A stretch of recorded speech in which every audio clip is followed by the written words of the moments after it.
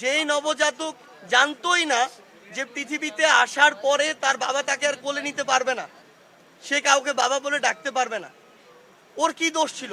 এই জবাব খুনি হাসিনাকে দিতে হবে। দূর থেকে কোন ট্রেন্ড স্নাইপার কোথা থেকে আনা হয়েছিল আমরা প্রশ্ন করতে চাই। তাদেরকে কি দেশে আলাদাভাবে এভাবে হত্যাযজ্ঞ ঘটানোর জন্য ট্রেন করা হয়েছিল, নাকি দেশের বাইরে থেকে ভাড়াটে খুনি নিয়ে আসা হয়েছিল ক্ষমতা বাঁচানোর জন্য? আমাদের এই প্রশ্নগুলো আমাদের ইশরাতের পক্ষ থেকে, আমাদের আব্দুল্লাহর পক্ষ থেকে, সামিউলের পক্ষ থেকে, বীর শহীদদের সন্তানদের পক্ষ থেকে। আমরা যখন এখনো বিভাগগুলোতে যাই, বিভিন্ন বিভাগে, আমরা এর আগে ঢাকায় গিয়েছি, সিলেটে গিয়েছি, রংপুরে গিয়েছি, আজকে বরিশালে এসেছি। আমরা আসলে সকল শহীদ পরিবারের সাথে কথা বলতে পারি না, এটার জন্য মানে আমাদের নিজেদেরই খারাপ লাগে। কারণ আমাদের সবারই আলাদা আলাদা গল্প আছে, কষ্ট আছে, ব্যথা আছে। যার চলে গেছে সেই বুঝে যে তার কতটুকু খালি করে দিয়ে গিয়েছে। আমরা অনেক কিছু করতে পারি, অনেক অর্থ সহযোগিতা দিতে পারি, চাকরির ব্যবস্থা করতে পারি, কর্মসংস্থানের ব্যবস্থা করতে পারি, সম্মানী ভাতা দিতে পারি। ওই মানুষটাকে ফিরে দেওয়া সম্ভব? কোনোদিনও সম্ভব না। এই ক্ষত কোনোদিনও পূরণ করা সম্ভব না।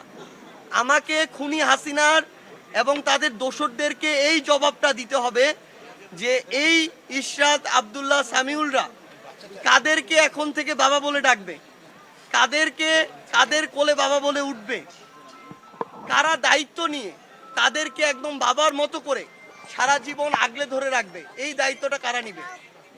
খুনি হাসিনা সারা জীবন শুধু নিজের পরিবারের মানে গান গাইতে গাইতে এই ক্ষমতাটাকে আষ্টে পিষ্টে ধরে রেখেছে। যেখানেই আপনি যাবেন তার পরিবারের কান্নাকাটি শুরু হয়েছে। তার পরিবারের 18 জন মানুষ আর এই 2000 জন মানুষ না? এদেরকে খুন করার সময় তার বুকটা একটুকুও কাঁপে নাই? আজকে এই আমার যে ভাই শহীদ হয়েছেন, যে বোন শহীদ হয়েছেন, সেই শহীদ পরিবারের বাবা মা ভাই বোনকে আমরা কিভাবে সান্ত্বনা দিব? আমাদেরকে ওই খুনি হাসিনার ওই শব্দগুলো বলতে হবে, বাক্যগুলো বলতে হবে। তিনি সারা জীবন এই ক্ষমতাকে ওই আজকে থেকে 53 বছর 50 বছর আগের 1975-এর গল্প বলে এই ক্ষমতাটাকে তিনি তার জায়গায় সব সময় সুদৃঢ় করার চেষ্টা করেছেন। ঠিক আছে, এখন এই যে তিনি তাহলে 2000 মানুষকে কিভাবে খুন করলো? মানে তার যদি ওই মানুষগুলোর প্রতি ওই মায়া দরদ থাকে, তিনি যদি ওই দরদ বুঝেন, যে গল্প আমাদেরকে 16 বছর দিয়ে এসেছেন, এই খুনগুলো কিভাবে করতে পারে?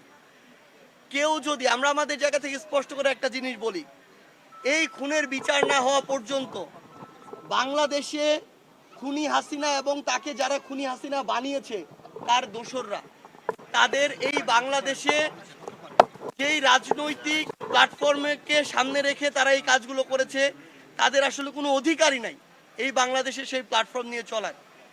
আপনাদের আমি অনুরোধ করব, আমি তো শুধু একটা পরিবারের কথা বলছি, এখানে তো আমার 100-র উপরে পরিবার আছে, আমি তো সবার কথাগুলো এখানে বলতে পারছি না, কিন্তু সবার আলাদা কষ্ট আছে, আলাদা ব্যথা আছে, এগুলো বলার মতো না, সবাই বলতেও পারে না, সবাই প্রকাশ করতে পারে না। আমার অনেক বোন আছে যাদের বিয়ে হওয়ার মাত্র কয়েকদিন হয়েছে, তাদের সারা জীবন কিভাবে কাটবে? যেই নবজাতক পৃথিবীতে আসার আগে মানে জানতোই না যে সে তার বাবার মুখ পৃথিবীতে কোনোদিন দেখবে না, যেই নবজাতক জানতোই না যে পৃথিবীতে আসার পরে তার বাবা তাকে আর কোলে নিতে পারবে না, সে কাউকে বাবা বলে ডাকতে পারবে না, ওর কি দোষ ছিল? এই জবাব খুনি হাসিনাকে দিতে হবে। মানে আমরা তো আমাদের জায়গা থেকে অল্প সময় সব ভুলে যাই। আমরা 16 বছর ভুলে গিয়েছি, আমরা ওই 36 দিন ভুলে গিয়েছি, আমরা এখন নতুন অনেক কিছু নিয়ে পড়ে আছি। আমার এগুলোর জবাব দিতে হবে ভাই, এই জবাব খুনি হাসিনাকে দিতে হবে, খুনি হাসিনার দোসরদেরকে দিতে হবে। এই যে আমার নবজাতক যে এখনো নিষ্পাপ ঘুম ঘুমাচ্ছে এখানে, যে জানে না এই পৃথিবীতে বাবার মূল্য কি, বাবা কত বড় ছায়া এই পৃথিবীর, ওই খুনি হাসিনা সহ তার দোসরদেরকে এই জবাব দিতে হবে যে সে কি দোষ করেছিল।